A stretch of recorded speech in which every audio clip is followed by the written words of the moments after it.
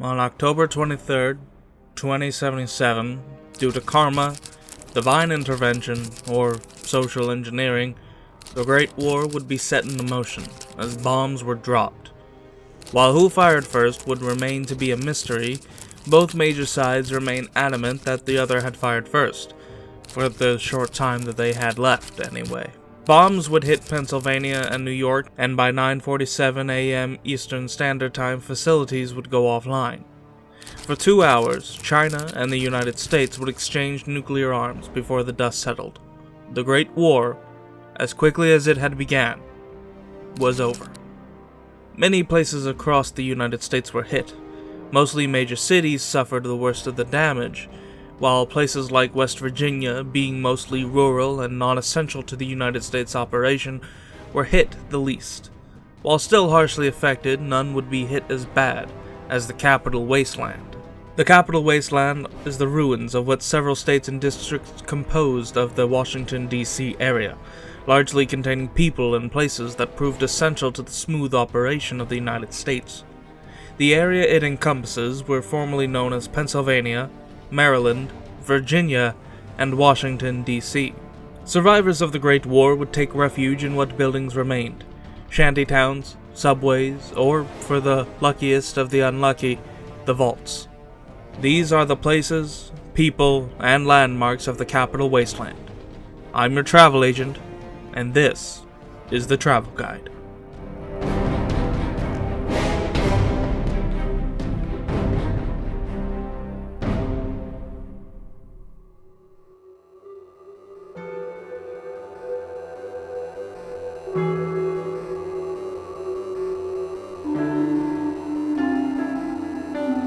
Have you ever wanted to see the endless bounds of the universe?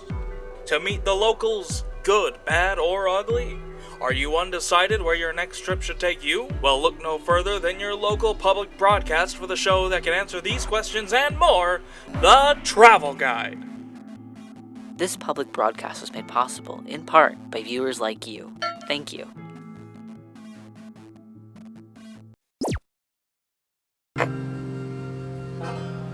Perhaps the first settlement that you'll come across in the capital Wasteland, Megaton is a town policed and ran by Lucas Sims. Name's Lucas Sims, town sheriff, and mayor too, when the need arises. I don't know why, but I like you, boy. Something tells me you're all right. So welcome to Megaton. Just holler if you need something.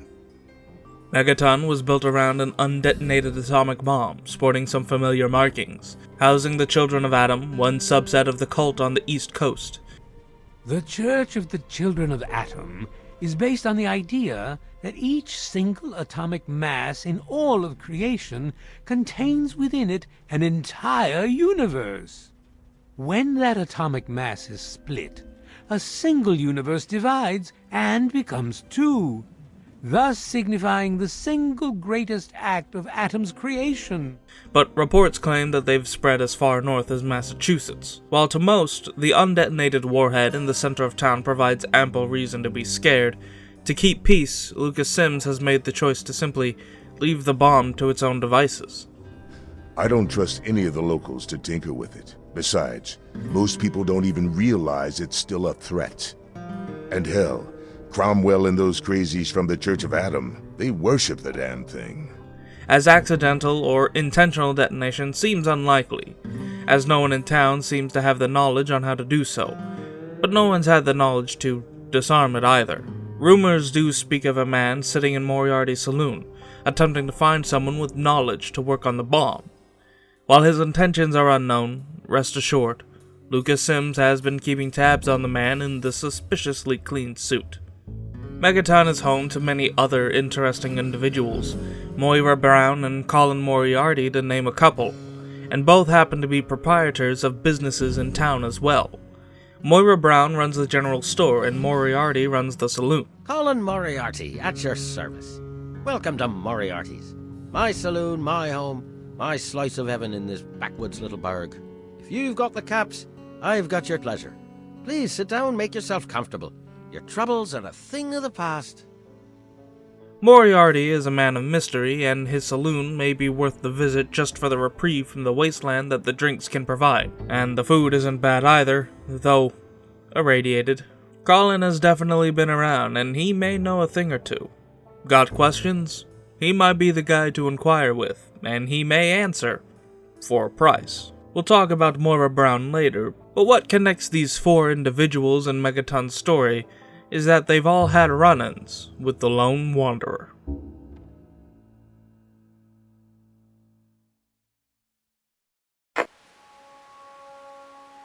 A closed vault is a peaceful vault, and why would anyone want to leave anyway? The vaults were supplied with everything they needed to survive. Food synthesizers, hydroponics farms, air conditioning. The vaults were the dream for the post-war survivors. Schooling is provided, and everyone receives a role in the vault when they come of age and take their goat. The vaults are the paradise underground. And this is Vault 101.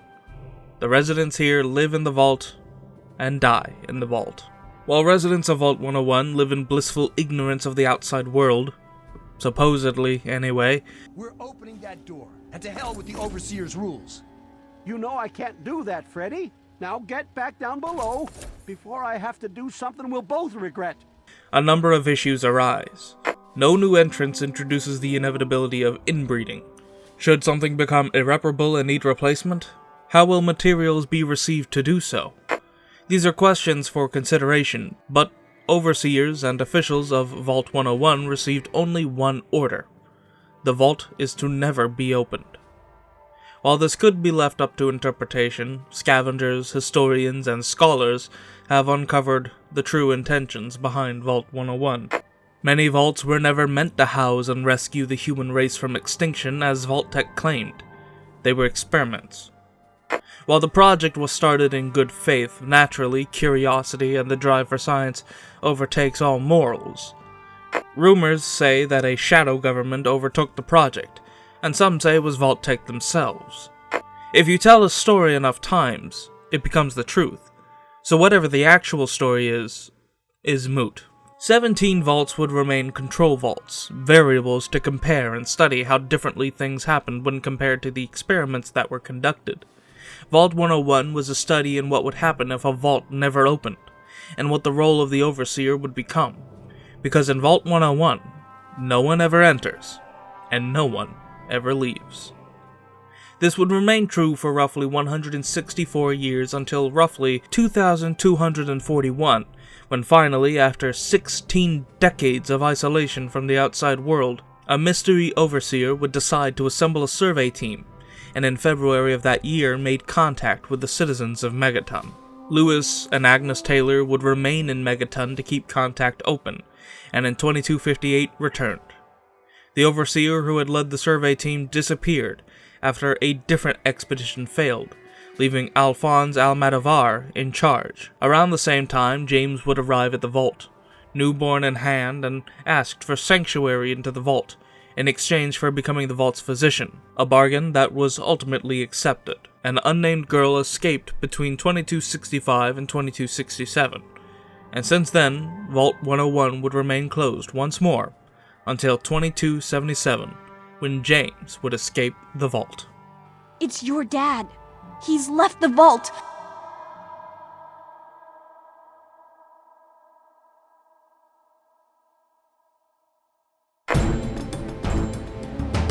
James is a man of mystery, having no feasibly trackable record behind him, aside from two facts. He was heavily involved with Project Purity, and his wife would be lost during childbirth to the Lone Wanderer. The Lone Wanderer was just a baby when they first took residence in Vault 101, and was uninformed of their life outside of the vault ever having occurred. They grew up under the same propaganda many generations before them did. They live in the vault, they die in the vault. They'd be given their first Pip-Boy, celebrate 19 birthdays, receive an education, and take their goat. They were on the road to being an upstanding resident of Vault 101, until 2277, when James would take advantage of a radroach infestation to once again escape the vault with intentions unknown. During the scuffle, grandson of Ann Palmer and assistant to James, Jonas Palmer, would die. along with Floyd Lewis, Vicky Hannon, and Paul Hannon Jr., with Ellen Deloria's fate being unknown. The vault would go on lockdown, with orders to capture the lone wanderer for questioning. Amada, daughter of Alphonse Almodovar and childhood friend of the wanderer, would warn the wanderer. Arming themselves with the BB gun from their 10th birthday and a baseball bat, they would attempt the previously impossible: escape Vault 101 and find their father. They would eventually escape, their peaceful life behind them, and they would head for the nearby town of Megaton, in search of their father and answers as to why he left in the first place. The lone wanderer would begin to leave a mark on the capital Wasteland, good, bad, or ugly. It's hard to say. While many have had run-ins with the wanderer, many details surrounding them remain unknown. Man, woman, good, bad, mean, or kind. Questions with a varying range of answers spanning every color on the spectrum. And many claim the wanderer sought them out seeking information. And some claim that they found their father relatively fast. But perhaps the one person that knows the most about them is Moira Brown.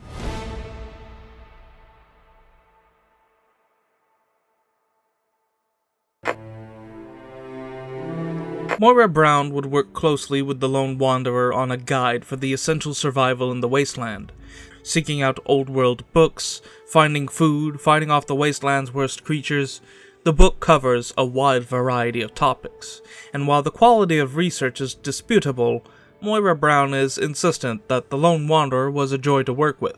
The guide has reportedly made its way both north and west, to the Commonwealth and Mojave Wastelands respectively. While current whereabouts of Moira are unknown, and Megaton as a whole has quite a few rumors about its state, they're all pretty vague, saying that one of the explosions heard recently may have been the town itself. But with many a maniac running around with portable nukes, who can say for sure what the truth is without taking a visit for yourself?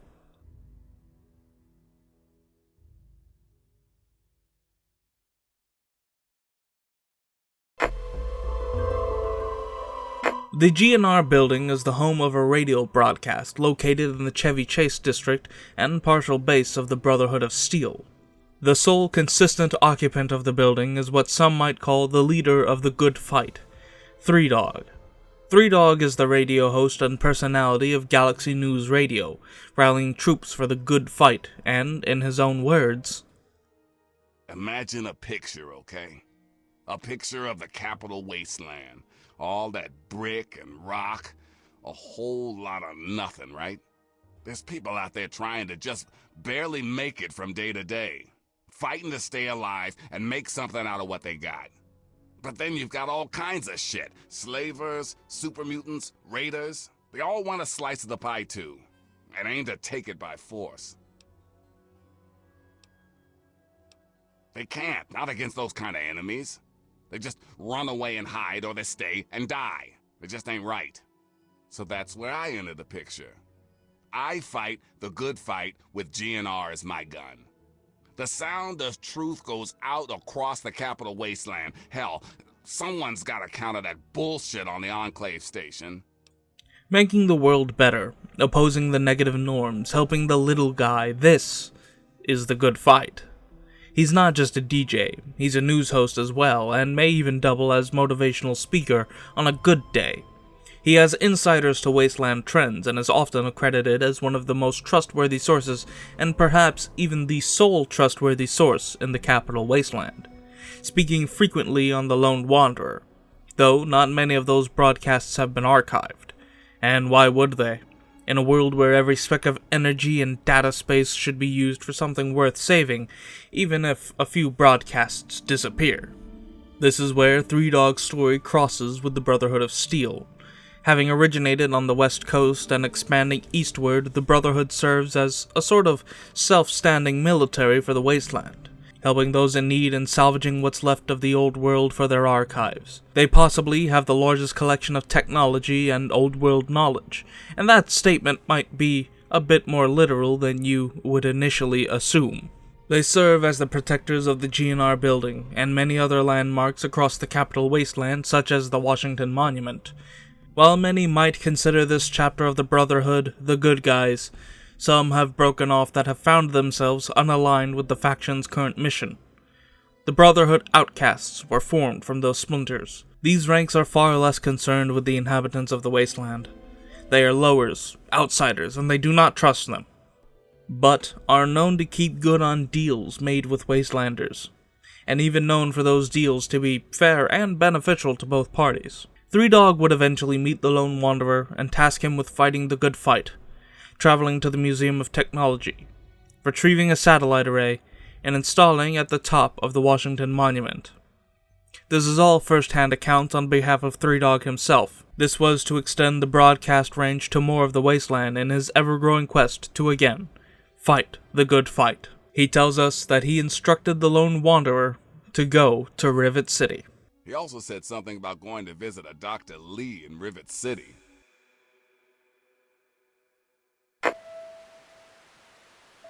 Rivet City sits at the north end of the capital Wasteland and is the largest settlement around. A breached aircraft carrier from before the war and inhabited around 2237 by the Naval Research Institute, the ship was overrun by mirelurks, abandoned and worse for wear, but eventually became inhabitable under the leadership of Horace Pinkerton. Within 2 years, Rivet City would be formally founded, and it thrived. Its residents were happy, and soon a council was formed, headed by an individual from each of the three groups on the ship: scientists, civilians, and security. This was to ensure that each of these groups get vocal representation, as councils typically ensure. The first council was headed by Pinkerton, Annette Holmes, and Brad Danvers. In 2258, after Project Purity was abandoned by James following the death of his wife Catherine, Rivet City's status quo would be upended by the arrival of a team of scientists from the now-defunct Project Purity, and the team's vision of reactivating and finishing the project. Their leader would take over the science teams of Rivet City, leaving Horace Pinkerton burned and furious. He would disappear soon after, not to be seen or heard from again. The settlement was one of the Brotherhood's first prominent trading partners, rightly so given the ship was itself a piece of old-world technology, and the scientists inhabiting the vessel would surely know the worth of whatever technology resided within.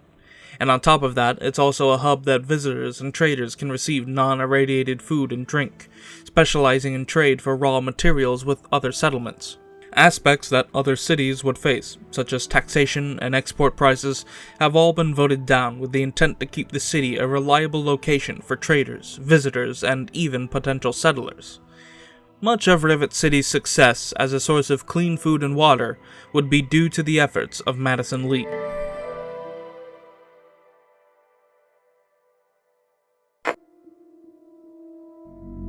Catherine had a dream of healing the wasteland and providing something every human needs to survive, to those who needed it, with nothing asked for in return. This was what brought Project Purity into reality, driven by charity and the belief that science should be used for good. A sentiment I'm sure Three Dog would agree to. Just as the Lord sought to bring on a new era after judgment was passed, Catherine sought to unite the wasteland in a common goal. After the Great War had left the very same world separated and fighting, every man for themselves, as they say. Madison Lee was a high-ranking member on the project, describing the project in her own words. It was simple, really. Fresh, clean water for everyone. Such a simple idea, and yet so impossible to realize. The plan was to build a facility that could purify all the water in the tidal basin at once. No radiation, no muck, just clear water. It just turned out to be more difficult than we anticipated. The Jefferson Memorial was chosen due to its location and the surrounding body of water. Creating large-scale purifiers capable of cleaning the water in the tidal basin proved challenging, despite many smaller experiments proving successful. Attempts that were likely used to help Rivet City achieve its status. Protecting it proved challenging due to the Vault 87 supermutants, humans mutated by a forced evolutionary virus. The Brotherhood stationed soldiers as a contingency plan, and soon after Owen Lyons was promoted to Elder, sentry guns would be placed. Though Madison Lee did not trust the Brotherhood despite the protection that they provided. In 2258, when James and Catherine would see their child brought into the world, she would die. James, taking the opportunity to escape Vault 101, sought out a Gek to finish what he had started. The Garden of Eden creation kit is a device, almost of fiction, being able to heal the land and make it livable in post-apocalypse, created by Stanislaus Braun, intended for Vault dwellers to terraform the land once their vaults had opened. Vault 101, never intending to open, did not receive such a device, and while he attempted to recreate similar effects using the technology within, he was unsuccessful. Once his child had grown and was able to take care of themselves and was settled in the vault, he would leave to seek out a Gek, or Braun himself, abandoning the project almost indefinitely. Though Braun was a pre-war scientist, he'd most certainly be dead. However, due to the one trustworthy fact on the road the Lone Wanderer followed, we know that Braun was, and is, alive and well. Vault 112 is located beneath a garage. Finished in June 2074, its experiment was to keep residents suspended in a virtual reality simulation. The residents are under the watch of Dr. Braun, who has found enjoyment in terrorizing the residents in the simulation. Whether they know they're leading fake lives or not, at least one does. Old Lady Dithers is the only resident to know she has led multiple lives and died many times over, as many of these logs show. The only other thing we know is that there was a failsafe implemented into the VR simulation. Old Lady Dithers was aware of this, but what was done with the info is unknown. The Lone Wanderer would find their father here, though they've been reluctant on opening up about what exactly happened within, possibly out of guilt, trauma, or sadistic glee that could be frowned upon.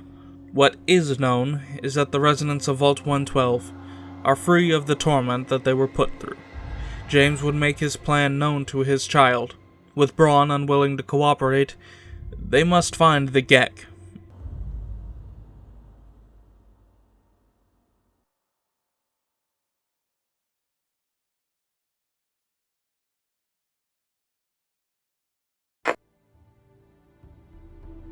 After migrating Madison Lee and a team to the Jefferson Memorial with intent to restart the project, they'd be ambushed by a shadow group watching the progress and deciding to seize control of the project for their own intentions, as they had so many years ago, demanding that James, the brain of the operation, cooperate.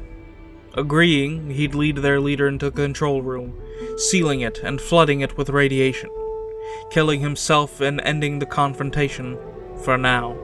The team would escape in the tunnels below to the Citadel, base of operations for the Brotherhood and home of archives of pre-war knowledge from across the wastes.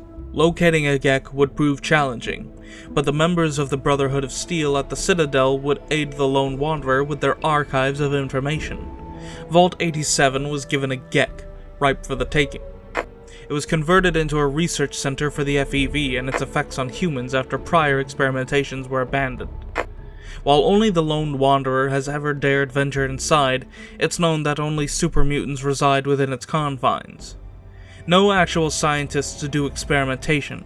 Super mutants are known to kidnap humans and convert them into super mutants themselves, or the centaurs that they keep as pets. Direct entry into the vault by humans has long since been closed off by radiation from a direct hit of a nuclear weapon. Super mutants aren't affected by the mass amounts of radiation present in the vault, in or outside of it. However, FEV is not an infinite source, and mathematics and archives determine that they are running out. Perhaps why they started to settle out in the Wasteland, searching for new sources of mutation or FEV.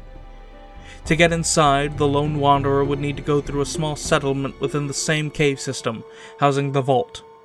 Little Lamplight is a unique town, being inhabited only by children, with adulthood being frowned upon, and when coming of age, they are kicked out of town to migrate to the nearby shantytown of Big Town. Little Lamplight was a victim of a slaver attack, and had lost 3 members. The Lone Wanderer was said to have helped, but as we've established, the Wasteland is not trustworthy when it comes to rumors. But whatever the case, they were allowed passage to the vault, barricaded off further into the cave. There, they'd meet Fox, a super mutant with far more intelligence than any other super mutant. Deemed a failure by his peers, he was locked away.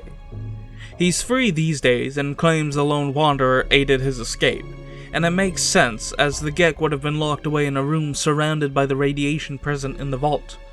A section only a super mutant would dare venture, unless you didn't value your life, or were to find an increasingly rare hazmat suit. Whatever the case, the Shadow Government would come to halt progress in Project Purity once more.